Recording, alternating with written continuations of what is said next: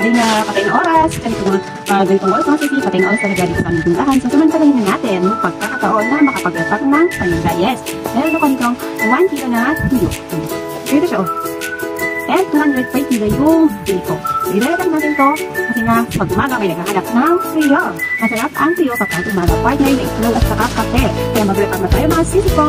Nabitan ko na kanina yung pag-repack. So, ito is 1.8. Binalag ako to ng 30 pesos. Kasamahan niyo ako mga sisi ko, mga mare, na mag-repack ng tuyo. Pag mag-repack, mas malaki yung kita natin. Ito sa mga dapat gawin ng mga tindera na kaya po din yung pag-repack. Kasi nga, kapag tayo mismo yung mag-repack ng ating paninda, mas malaki yung tutubuin natin. Ito, ang ating sari-sari store tip for the day is step packing. Step packing. Pag sari-sari store owner ka, huwag kang pagaling mag-repack ng mga panindas. Kasi sa pag-repack, mas malaki yung kita natin. So, samahan niyo ako mga sis! Gamit kong plastic is yung plastic na yellow. Mas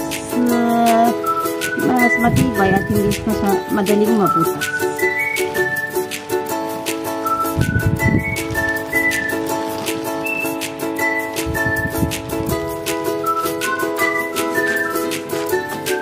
Kasi ko, may tinda rin bang kayong mga ganito sa inyong tindahan?